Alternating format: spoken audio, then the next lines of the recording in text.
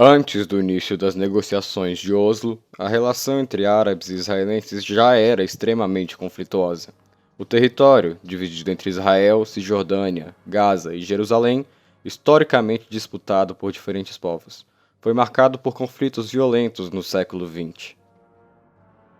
No pós-Segunda Guerra Mundial, se deflagra um longo período de guerras na região, geralmente envolvendo diversos atores internacionais. O principal conflito entre israelenses e palestinos ocorre em 1948, com o fim do mandato britânico da Palestina e com a proclamação da independência de Israel, não reconhecida pelos palestinos. Assim, até o início dos acordos de 1993, a região foi assolada por vários conflitos, como a Guerra de Suez, a Guerra dos 6 Dias, a Guerra de Yom Kippur e a Guerra do Líbano, citando apenas alguns entre vários conflitos.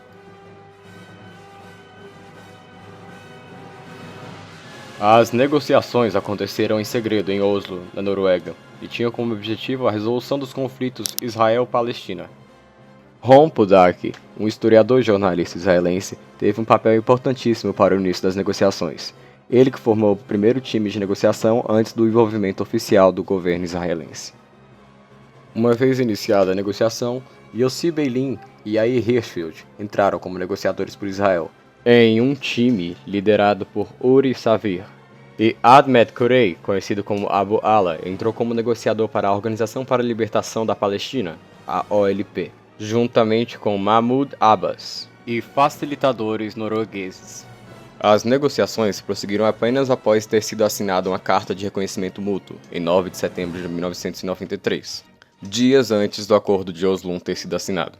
Nele, a OLP reconhecia Israel como um Estado, embora Israel reconhecesse a OLP apenas como um representante do povo palestino. Um dos principais pontos do acordo, além de um tratado de paz, foi a retirada de forças armadas israelenses da faixa de Gaza e da Cisjordânia, a criação de áreas controladas pela Autoridade Palestina, pelo Exército de Israel e pelo Governo de Israel.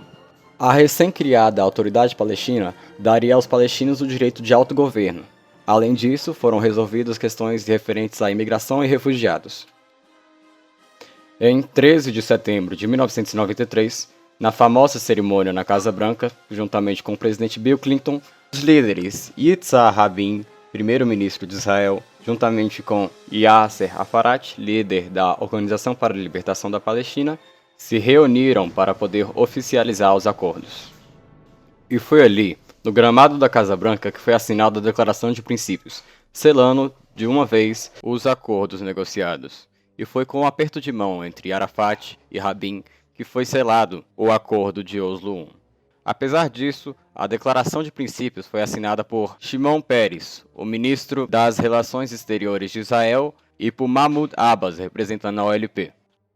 Embora a situação palestino-israelense continue conflituosa, a negociação pode ser considerada um sucesso, tendo em vista que ela deu origem às negociações de Oslo II em 1995, criou durante certo tempo um clima de paz e esperança para a região e rendeu para Arafat, Shimon Peres e Rabin Prêmio Nobel da Paz após os acordos de Oslo.